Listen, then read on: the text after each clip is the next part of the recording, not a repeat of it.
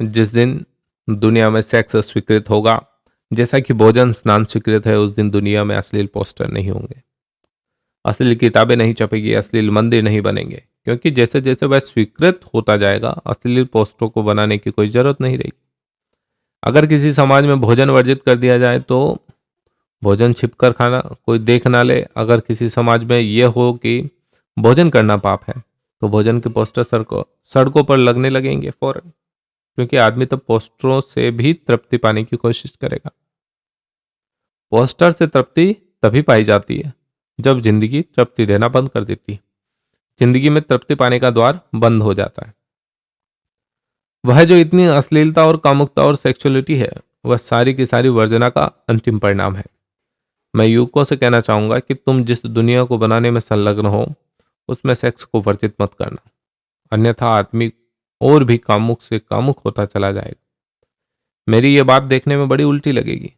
अखबार वाले और नेतागण चिल्ला चिल्ला कर घोषणा करते हैं कि मैं लोगों में काम का प्रचार कर रहा हूँ। सच्चाई उल्टी है कि मैं लोगों को काम से मुक्त करना चाहता हूँ। प्रचार वे कर रहे हैं लेकिन उनका प्रचार दिखाई नहीं पड़ता, क्योंकि हजारों साल की परंपरा से उनकी बातें सुन सुनकर हम अंधे और बहरे हो गए। हमें ख्याल ही रहा कि वे क्या कह रहे हैं। मन के सूत्रों का, मन के विज्ञान का कोई बोध ही नहीं रहा कि वे क्या कह रहे हैं, वे क्या कर रहे हैं, वे क्या करवा रहे हैं। इसलिए आज जितना कामुक आदमी भारत में है उतना कामुक आदमी पृथ्वी के किसी कोने में नहीं। मेरे एक डॉक्टर मित्र इंग्लैंड के एक मेडिकल कॉन्फ्रेंस में भाग लेने गए। व्हाइट पार्क में उनकी सभा होती थी। कोई 500 डॉक्टर इकट्ठे थे। बातचीत चलती थी, खाना पीना चलता था, लेकिन पास की बेंच पर एक युवक और युवती गले में हाथ डाले अत्यंत प्रेम में लीन आंखें बंद किए बैठे थे। उन मित्र के प्राणों में बेचैनी होने लगी। भारतीय प्राण में चारों तरफ झांकने का मन होता है। अब खाने में उनका मन न रहा, अब चर्चा में उनका रस न रहा। वे बार बार लौट कर उस बेंच की ओर देखने लगे। पुलिस क्या कर रही है? वह बंद क्यों नहीं करती ये सब? ये कैसा अश्लील देश है? ये लड़के और लड़कियां आंखें बंद किए हुए चुपचाप 500 लोगों की भीड़ में पास ही बेंच पर बैठे हुए प्रेम प्रकट कर रहे हैं। कैसे लोग? ये क्या हो रहा है? ये बर्दाश्त के बाहर है।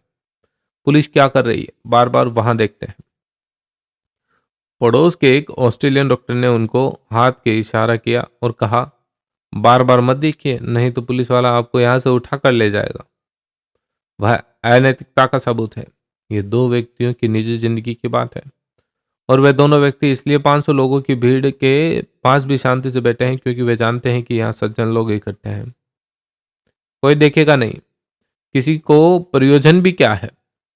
आपका यह देखना बहुत ग्रहित है, बहुत अशोभन है, बहुत अशिष्ट है। यह अच्छे आदमी का सबूत नहीं। आप 500 लोगों को देख रहे हैं, कोई भी फिक्र नहीं कर रहा। क्या प्रयोजन है किसी से? यह उनकी अपनी बात है। दो व्यक्ति इस उम्र में प्रेम करें तो पाप क्या है? प्रेम में वह आंख बंद करके पास पास बैठे हो तो हर्ज क्या है? आप परेशान हो रहे हैं। न तो कोई आपके गले में हाथ डाले हुए है, न कोई आपसे प्रेम कर रहा है। वह मित्र मुझसे लौट कर कहने लगे, मैं इतना घबरा गया कि कैसे लोग हैं, लेकिन धीरे धीरे उनकी समझ में यह बात पड़ी कि गलत वह ही थे। हमारा पूरा मुल्क ही एक दूसरे घर में दरवाजे के होल बनाकर झांकता रहता है। कहाँ क्या हो रहा है, कौन क्या कर रहा है, कौन जा रहा है, कौन किसके साथ है, कौन किसके गले में हाथ डाले हैं, कौन किसका हाथ हाथ में हाथ लिए हैं, क्या बदतमीजी है, कैसे संस्कारहीनता है। ये सब क्या है?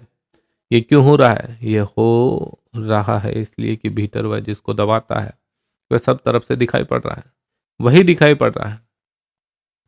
युवकों से मैं कहना चाहता हूं कि तुम्हारे माँ बाप, तुम्हारे पुरखे, तुम्हारी हजारों साल की पीढ़ियां सेक्स से भयभीत रही। तुम भयभीत मत रहना। तुम समझने की कोशिश करना उसे, तुम पहचानने की कोशिश करना, तुम बात करना। तुम सेक्स के संबंध में आधुनिक जो नई खोज हुई है उनको पढ़ना, चर्चा करना और समझने की कोशिश करना कि सेक्स क्या है। क्या है सेक्स का मैकेनिज्म? उसका यंत्र क्या है? उसका यंत्र क्या है? क्या है उसकी आकांक्षा? क्या है उसकी प्यास? क्या है प्राणों के भीतर छिपा हुआ राज? इसको समझना, इसकी सारी की सारी वैज्ञानिकता को पहचानना, उससे भागना, एस्केप मत करना। आंखें बंद करना गलत है। आंखें खुली रखना, और तुम हैरान हो जाओगे कि तुम जितना समझोगे उतनी ही मुक्त हो जाओगे, तुम जितना समझोगे उतने ही स्वस्थ हो जाओगे, तुम जितना सेक्स के फैक्ट को समझ लोगे उतना ही सेक्स के फिक्शन से तुम्हारा छुटकारा हो जाएगा।